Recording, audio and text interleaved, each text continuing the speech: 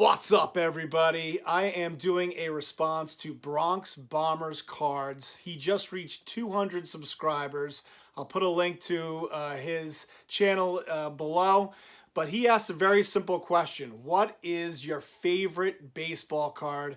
I've answered that question many times, and up until today, it's always been the 1939 Play Ball Joe DiMaggio. Absolutely love this card and sort of got me back into collecting. Well, that all may have changed until today. And I'm going to show you the card that I got. But I just wanted to give you guys a little context about why this is my new favorite baseball card in my collection. So as you guys know, I'm a huge Yankees fan. I'm a huge Don.Mattingly fan. And in the late 80s, I started to get into collecting. I was like 8 or 9 years old. And my neighbor had the 1984 Topps Don Mattingly. And I'll never forget it because I really wanted to get that card. That was like the first, the first card I ever seeked out. And so I remember going to a baseball card store, and I don't know why I remember this, but I remember seeing the card in the display case for $30. And I remember at the time being like, oh my God, $30? Like, I didn't have that kind of money. I was, 8 years old. We're talking about the 80s. $30 was like $1 million back then. That's like 6 weeks of allowance money. And 6 weeks to like an 8-year-old is like an eternity. And so, months go by, don't get the card. And then Christmas morning, I'll never forget it because, ripped open, the gifts. And inside was this, the 1984 Topps set. And of course, you guys know what's in the 1984 Topps set. It is this card. And this was actually the card that was part of this set. And I'm actually going to flip the camera around because I want to show you this. This card is a disaster because I was an 8-year-old kid and I, was like handling it. And but let me just show you guys real quick just to give you some context about why this new card is so awesome. Anyway, so just to show you guys, here is the Mattingly. I think I had one other Mattingly, but I might have given it away. But this was literally the only 84 Topps Mattingly card I had. And you can see it's all beat up. And yeah, here's the back, part of that 84 Topps set. Which, by the way, I don't know, like just randomly, these were the cards that were sleeved up in the set. I don't know why. Marty Barrett, Pete O'Brien. So these two cards, I guess maybe, back in 84, these were big cards, or in 85, whatever. Then you have Darryl Strawberry and Wade Boggs. So those are the cards that were sleeved up for, I haven't been in that 84 Topps set in forever. But this was the only version of the 84 Topps card that I had. And without further ado, let me just show you guys, because you've waited long enough. Here it is. My new favorite card in my collection, the 84 Topps Tiffany in a PSA 10. And I don't know if seeing this on camera will do it justice. This is an absolutely gorgeous card. I've never owned a Tiffany baseball card ever. This is my first time owning a Tiffany card, and it is, I have to say, it is absolutely beautiful to see in person. It has that glossy finish, and then obviously on the back, you could clearly see the difference between this card, the regular Topps set, and the Tiffany set. And if you guys are wondering, the population on this card is 46 in a PSA 10. So there's only 46 of these in the world that are Topps Tiffany PSA 10.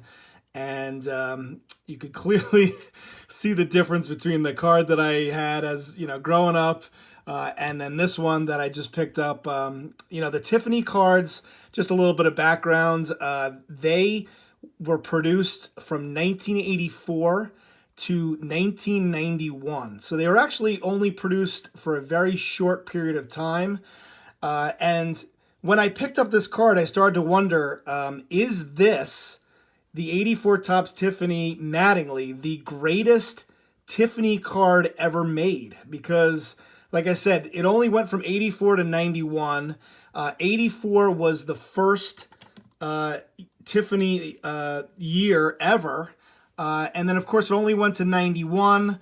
There is a Topps limited set, but I don't consider those Tiffany cards. Just to show you guys some other cards that would be in contention for the greatest Tiffany card ever. Now, these aren't Tiffany cards, obviously, but there's the 85 Topps Roger Clemens. Of course, there's the 85 Topps Mark McGwire. Now, the McGwire and the Clemens are they seem to be selling for the highest. The Clemens, believe it or not, in a PSA 10 sold for $5,100. So did the McGwire recently. And then there was one for the Dimitri Young collection that sold for like $7,600. Then you have the Kirby Puckett. And again, these aren't the Tiffany versions, but these would be the cards that would that would be in contention for the greatest Tiffany card ever. You'd have the Bo Jackson for 86, Jose Canseco in 86. Then, of course, this is the 86 Topps Traded Barry Bonds.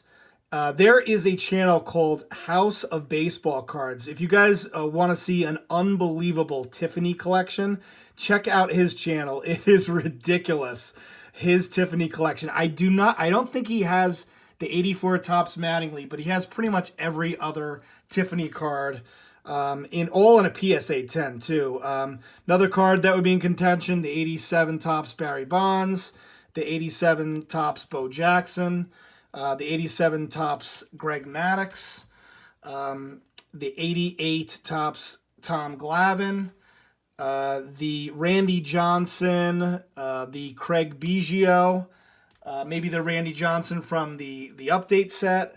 Then you have the Ken Griffey Jr. In the 89 Topps Traded set. The 89 Bowman. So again, I'm just thinking about like what would be the greatest Tiffany card ever. Then you have the 1990 Topps set, which included the Sammy Sosa and the Frank Thomas. But when you think of the Frank Thomas, you think of the no name on front, not necessarily the Frank Thomas Tiffany.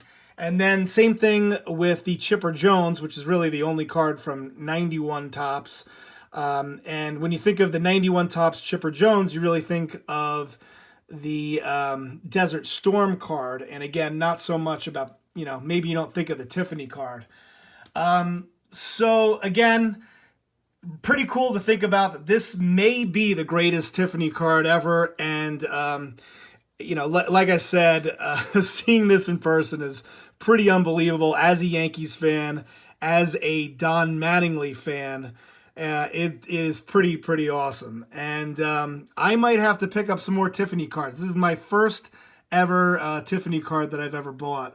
So anyway, let me know what you guys think. And check out Bronx Bombers Cards. Again, I'll put a link to his channel below. Sorry, man, I know you said to keep the video in like 2 minutes, but I went a little long because I wanted to tell the story and show you guys some of the cards, show this card and then just sort of share my ideas around what I think might be the greatest Tiffany card ever. So again, let me know. I'm curious, what do you guys think is the greatest Tiffany card ever? Anyway, that's all I have for tonight. Let me know if you guys have any questions, and I'll talk to you later.